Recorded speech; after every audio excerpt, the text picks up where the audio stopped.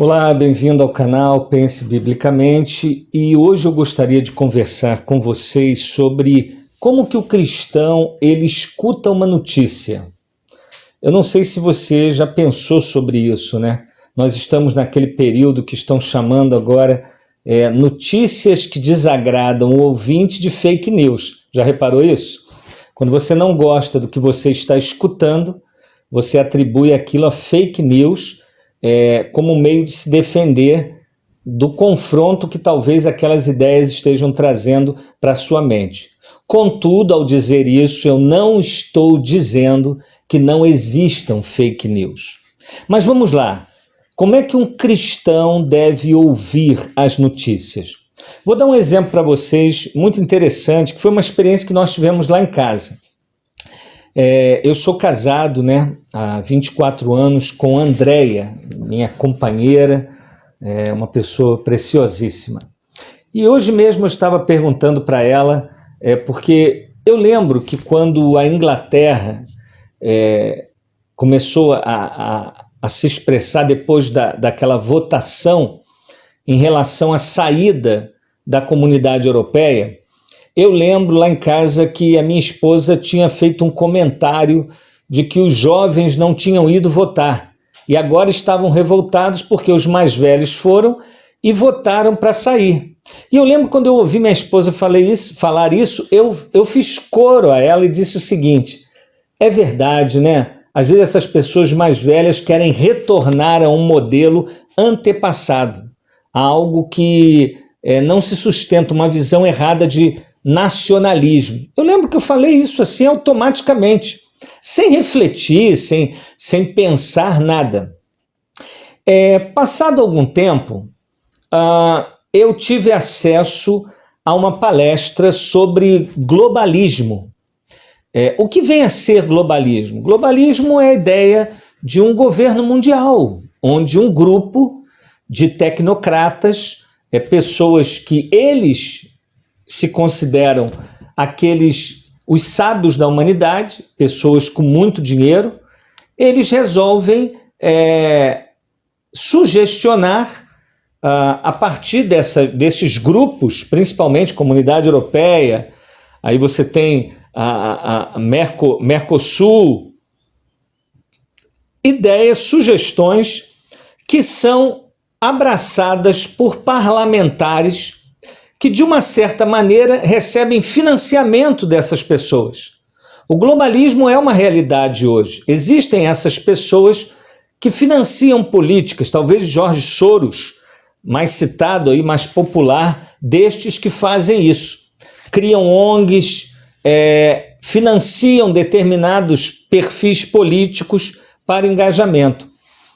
Depois que eu comecei a estudar sobre isso, eu comecei a perceber que determinados líderes e determinadas nações anteriormente eu criticava, eles estavam se opondo a isso. E toda vez que essas nações se opõem, esses líderes, eles são chamados de nacionalistas. E grudam neles, logo, rapidamente, após falarem nacionalistas, uma ideia de que Hitler era um nacionalista, Mussolini era um nacionalista. Então, quando eles agem dessa maneira, as pessoas começam a associar a palavra a algo ruim. Isso, gente, preste atenção, não é sem querer. Isso é pensado. O que a Inglaterra, na verdade, quis? E o que eles estão dizendo quando eles falam que tem que pensar na Inglaterra?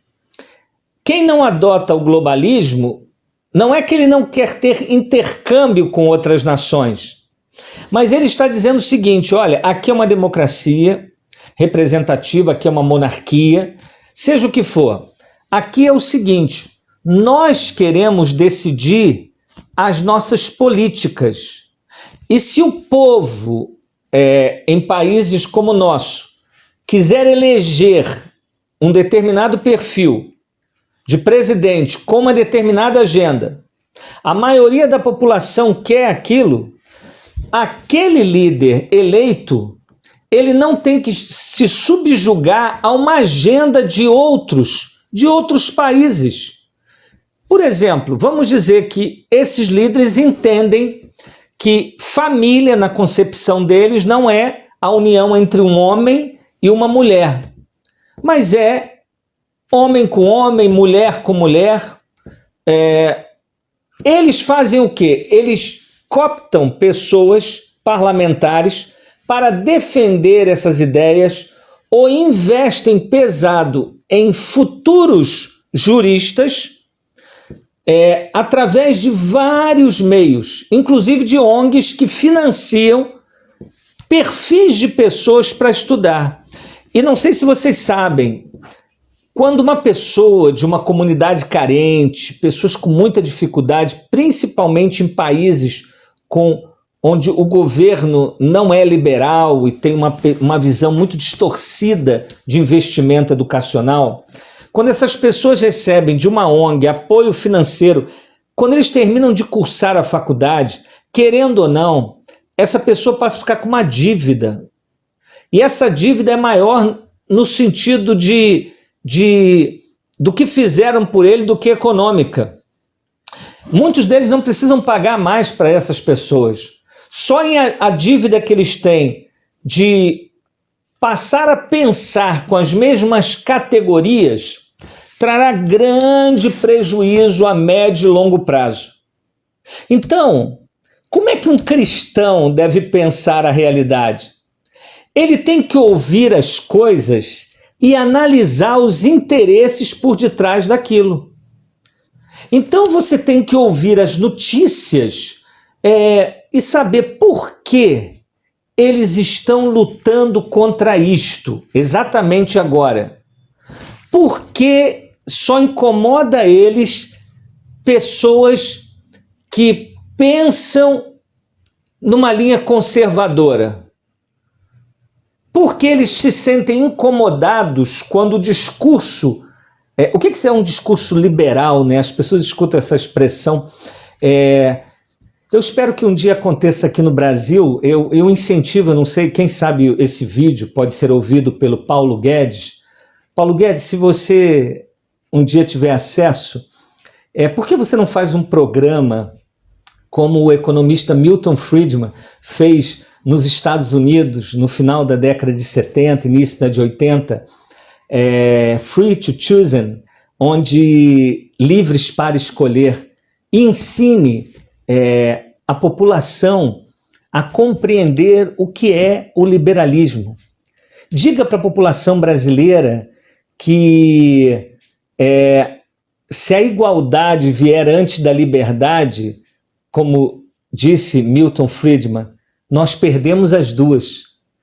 Mas informe a eles que quando a liberdade do indivíduo vem em primeiro lugar, esse indivíduo se torna responsável.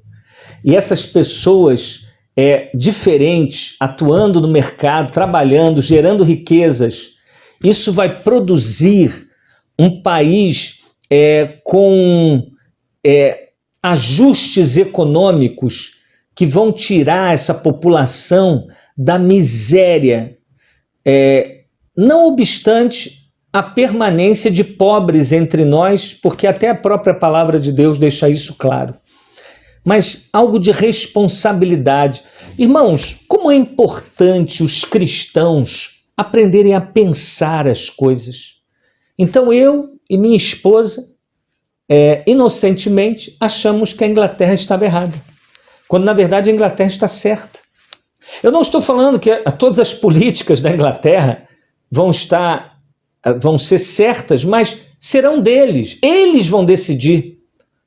O povo, as pessoas que ali estão, o sistema que eles possuem, sabe? Eles vão lidar com aquilo, assim como o nosso país. Nós não podemos ter a agenda de outros países sobre o nosso.